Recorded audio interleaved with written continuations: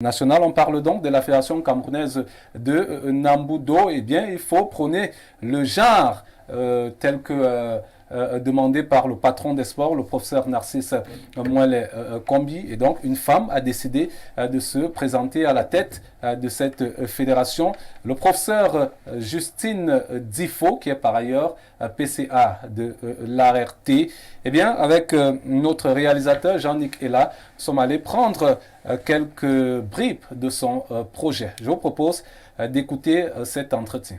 Notre vision est de faire du Nambudo cet art martial du 21e siècle, comme maître Nambudo Shosoke Yoshinao Nambu l'a dit lui-même de son vivant. C'est l'art martial du 21e siècle. C'est-à-dire que c'est le référentiel. C'est un art martial complet, intégral, qui travaille l'être humain dans sa dimension physique, dans sa dimension spirituelle, dans sa dimension corporelle, dans sa dimension,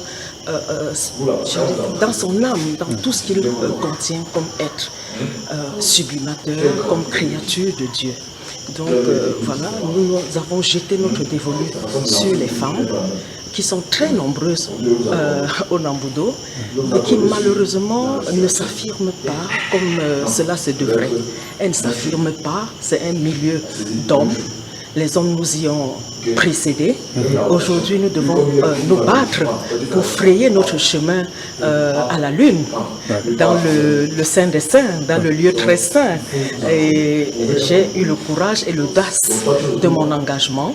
Oui, j'ai la foi et je crois très fermement qu'étant présidente de la Fédération camerounaise de Nambudo, beaucoup de mythes vont être brisés. L'appel du ministre, effectivement, vient booster notre morale et trouve quand même un terreau fertile dans la mesure où la vision du président Paul Biya depuis 1982, quand il est arrivé, dès 1994, il a clairement dit qu'il souhaiterait que l'égalité homme-femme soit au Cameroun. Et au fil du temps, il a carrément prôné la parité. Aujourd'hui, lorsqu'il s'agit de la volonté du président Paul Biya, on voit bien la parité se dessiner à l'horizon sur le chemin de la parité. Donc, la féminisation des exécutifs fédéraux est effectivement une perche que le ministre des Sports a lancé aux femmes. Il nous a mis le pied à l'étrier. Et à nous maintenant de nous battre, nous croisons le fer. En face, ce n'est pas facile. Nous croisons le fer, même dans l'ombre, pour que le chemin s'ouvre. Ce n'est pas du tout évident et c'est peu dire. Et nous avons la ferme conviction que nous allons nous frayer un passage là parce que ce Cameroun appartient à nous tous. Nous sommes tous des Camerounais. Ce sentiment d'appartenance est très fort en moi.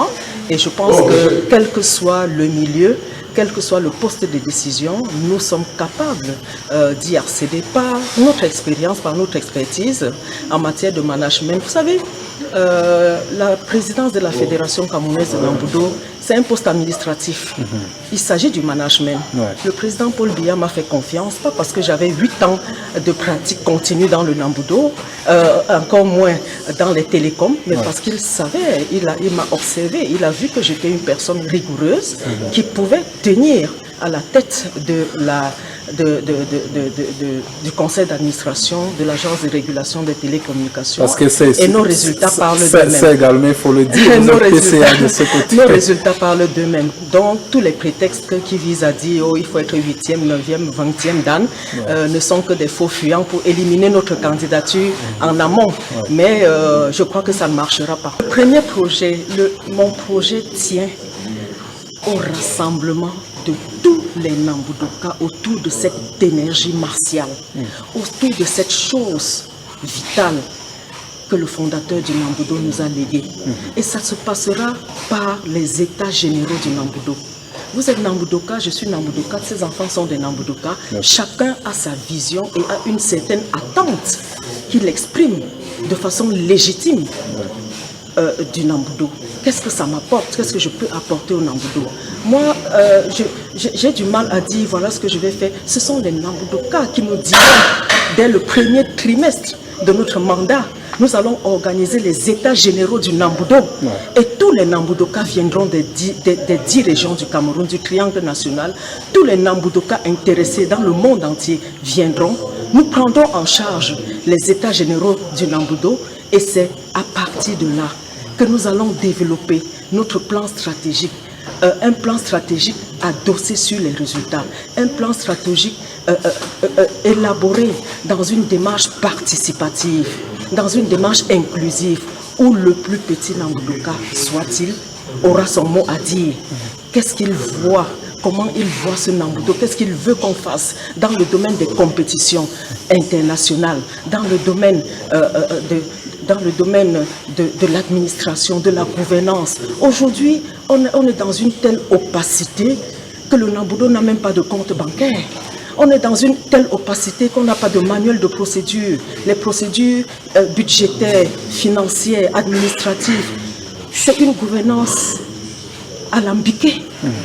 Or, en tant que juriste, en tant que manager, nous ne pouvons pas jouer avec la fortune publique à ce point. Encore moins avec les licences, les affiliations. Vous êtes Nambudoka, vous avez un droit de regard sur le management du Nambudo. Donc le management du sport, ça touche à tous les sports. J'aimerais que le Nambudo soit connu comme le football. Il n'y a pas de sport majeur, il n'y a pas de sport mineur. J'aimerais que le Nambudo devienne ce sport majeur comme le football au Cameroun. Et nous voulons emprunter à la méthode de gestion du football.